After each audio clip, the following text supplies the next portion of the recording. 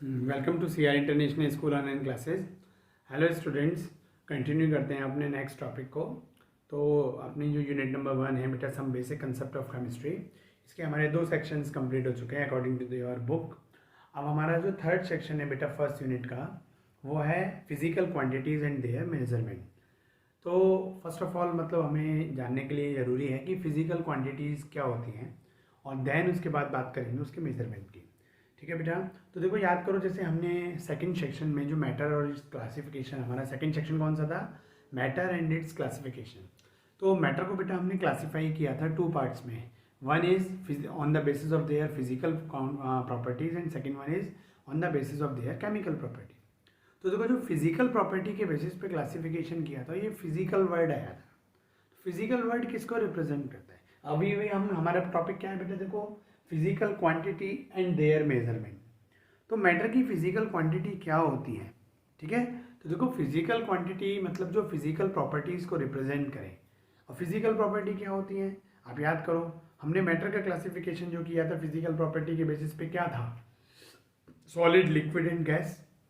और आप याद करो अप टू 9th क्लास तक भी आप सॉलिड, लिक्विड एंड गैस के बारे में क्या पढ़ के आते हैं? जिनकी शेप फिक्स होती है, जिनका वॉल्यूम फिक्स होता है वो सॉलिड होते हैं, जिनका वॉल्यूम है ना बदल जाए वो क्या होते हैं? आपके गैसेस में होते हैं, है ना। लिक्विड क्या होते हैं? जिस तरह के वेसल में रखे जाएं वैसा वॉल्यूम ऑक्यूपाई कर लेते हैं। याद आया आपको?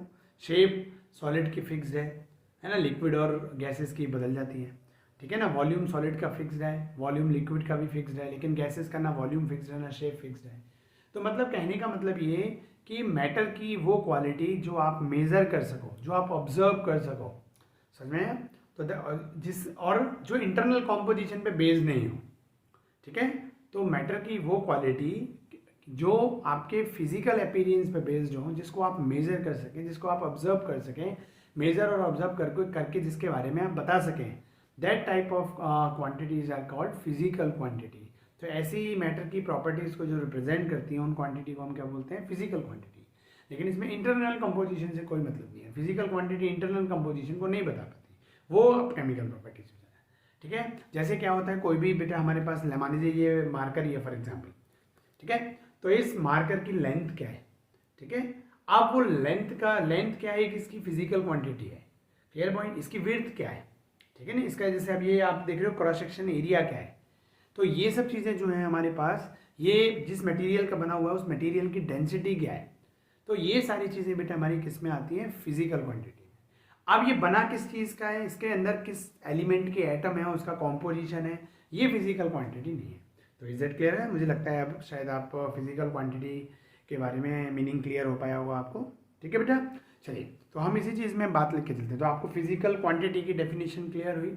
फिर पहली बात, फिजिकल प्रॉपर्टी, मैटर की फिजिकल प्रॉपर्टी को रिप्रेजेंट करने के जो हमारी वे होता है वो हमारा क्या कहलाता है? फिजिकल क्वांटिटी, है ना। जैसे लेंथ है, विड्थ है, वेट है, डेंसिटी है, आ गया। ये सब चीज़ें बेटा मैटर की फिजिकल प्रॉपर्टीज़ को रिप्रेजेंट करती हैं, तो that are called physical quantity. Clear point? अब इसको जो मेजर करने के तरीके होते हैं, तो देखो फिजिकल क्वांटिटी को जो मेजरमेंट करने के तरीके में 2 चीज़ें आती हैं, है ना। एक तो आता है आपका नंबर, ठीक है, और एक आती है बेटा उसकी यूनिट। क्लियर? एक होता है यूनिट, एक होता है हमारे पास नंबर। मतलब क्या? जैसे मान लो फॉर एग्जाम्पल ये लेंथ है, तो लेंथ किसी भी मैटर की आपकी क्या है? Physical quantity. लेंथ क्या है आपकी बेटा? फिजिकल, है ना, क्वांटिटी। ठीक है, अब लेंथ मान लीजिए किसी की 5 मीटर है। क्लियर? तो हमारे पास 5 क्या है? एक नंबर, और वो 5 नंबर को जो रिप्रेजेंट कर रहे हैं वो क्या है? मीटर। मीटर क्या है ना, उसकी यूनिट। क्लियर? तो फिजिकल क्वांटिटी को जो मेजरमेंट होता है उसके 2 क्लासेस, मतलब 2 टाइप में होता है मेजरमेंट। एक तो एक नंबर रिप्रेजेंट करता है, नंबर के साथ साथ उसके पीछे कुछ ना कुछ यूनिट होती है। तो फिजिकल क्वांटिटी के मेजरमेंट में 2 चीज़ें आई, नंबर एंड देयर यूनिट। अब देखो क्या होता है, डिफरेंट डिफरेंट कंट्रीज़ में जब ये वर्ड था स्टार्टिंग में, हमारे सारे पूरा साइंस मतलब पूरे वर्ल्ड के सारे कंट्री एक साथ नहीं थे। सारे कंट्री अपने डिफरेंट अपने अपना मेजरमेंट करते थे। ठीक है, नहीं तो अलग अलग सिस्टम थे बेटा। जैसे हमारे पास देखो लेंथ है, तो पहली चीज़ हमारे पास इस तरीके से है। तो अभी सिस्टम की तरफ हम बाद में बढ़ेंगे। पहले physical quantity and there measurement आप क्लियर कर पाए कि क्या होता है और क्या नहीं होता है। मैं दोबारा रिपीट कर रहा हूँ, आप ध्यान से सुनना इस चीज़ को। क्लियर है बेटा? तो देखो फिजिकल क्वांटिटी क्या होता है, मैटर की फिजिकल प्रॉपर्टीज को रिप्रेजेंट करने का जो वे होता है दैट इज फिजिकल क्वांटिटी। ठीक है, अब उसमें जैसे हमारे पास लेंथ है, विड्थ है, वेट है, डेंसिटी है, all are called physical quantity. और क्लियर, तो इस चीज़ से मतलब जिसको हम मेजर कर सके, ऑब्जर्व करके बता सके मैटर के बारे में, वो चीज़ हमारी सब फिजिकल क्वांटिटीज़ में आती है। तो देखिए स्टार्टिंग में हमारी जो मेन फिजिकल क्वांटिटीज़ हैं वो 3 हैं, लेंथ है ना, वेट मतलब मास है ना, और आपका बेटा आपका क्या है, टाइम। ठीक है नहीं, तो हमारे पास है ना FPS करके बोलते हैं, तो length, mass and time. Starting से हमारी जो मेन फिजिकल क्वांटिटी थी बेटा, जो मेन फिजिकल थी हमारे पास, मैं इसीलिए मेंशन कर देता हूँ आपको, तो मेन जो फिजिकल क्वांटिटीज थी बेटा हमारे पास वो थी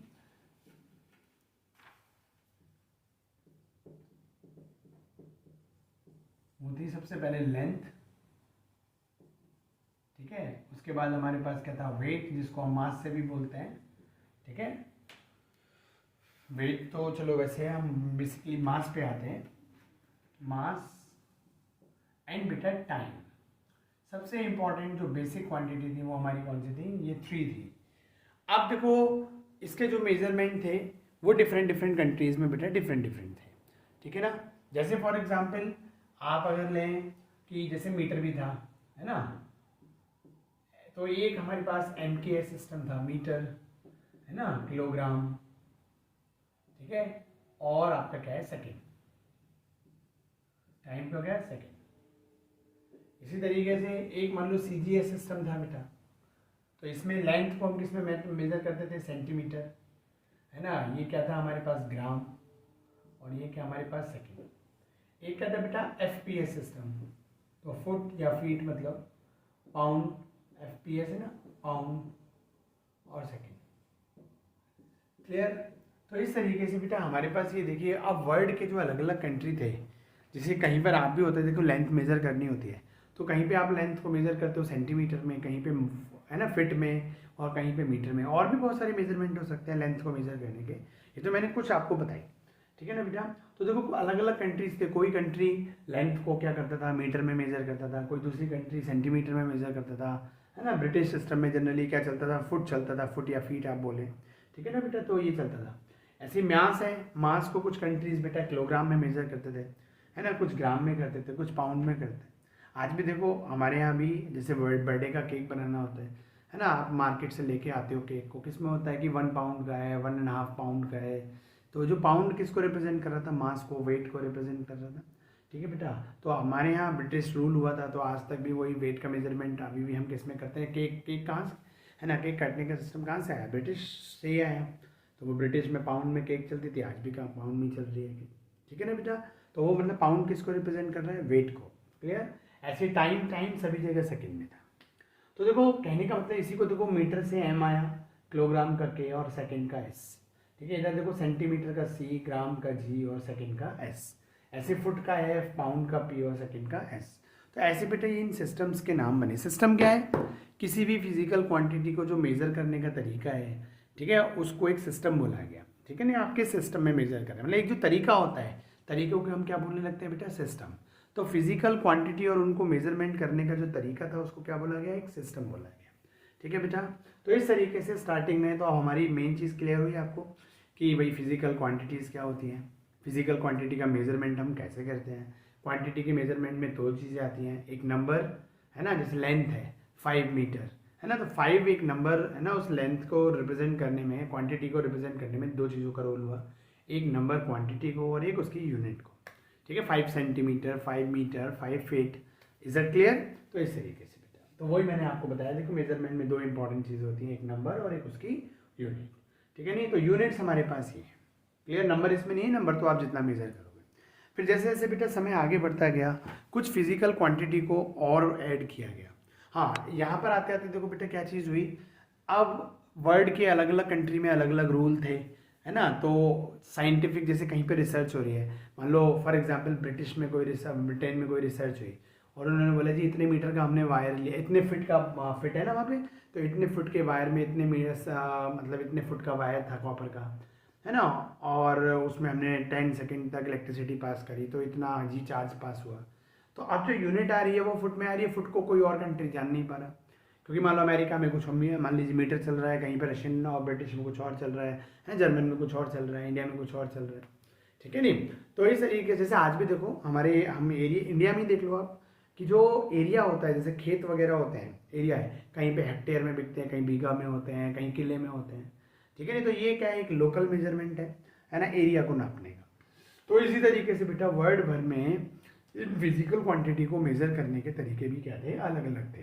तो एक बार क्या हुआ, फ्रांस में एक मीटिंग हुई, ठीक है नहीं, वहाँ पे ऑल ओवर इंडिया के ऑल ओवर द वर्ल्ड के साइंटिस्ट, हर कंट्री से जो हर सब्जेक्ट के मेन साइंटिस्ट थे बेटा, वो लोग आए, है ना, और एक कॉन्फ्रेंस हुई, एक इंटरनेशनल कॉन्फ्रेंस हुई बेटा, ठीक है, पूरे वर्ल्ड लेवल पर।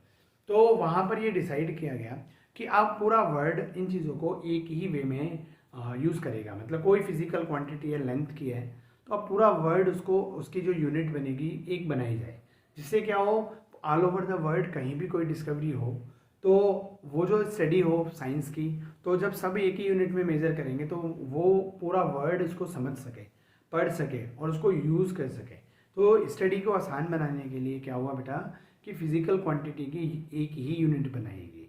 और तब ये जो अलग अलग सिस्टम थे, जैसे ये एक MKS सिस्टम था, एक CGS सिस्टम था, एक FPS सिस्टम था, तो ये जो हमारा MKS सिस्टम है, ठीक है, इसी को इंटरनेशनल सिस्टम का नाम दिया गया, ठीक है, national system of units, international system of, है ना, यूनिट्स बेटा, तो इसको नाम दिया गया इंटरनेशनल सिस्टम ऑफ, है ना, यूनिट्स। क्लियर। तो इस तरीके से बेटा हमारे पास ये बन के आया, और फ्रेंच में इसको बोलते थे सिस्टमीज इंटरनेशनल, तो इसीलिए शॉर्ट में ये क्या बना, SI, ठीक है। जैसे हम तो बोलते हैं इंटरनेशनल सिस्टम ऑफ यूनिट, तो I पहले S बाद में, लेकिन यही चीज़ फ्रेंच में क्या है, सिस्टमी इंटरनेशनल, तो सिस्टमी तो S पहले आया और इंटरनेशनल मतलब I बाद में आया, तो ऐसा ही करके इसको बोलते हैं SI सिस्टम ऑफ मेजरमेंट। आगे समझ में बेटा, क्लियर है पॉइंट। तो इस तरीके से हमारा इंटरनेशनल सिस्टम बन के तैयार हुआ, किसका, फिजिकल क्वांटिटी और उनकी यूनिट्स के लिए।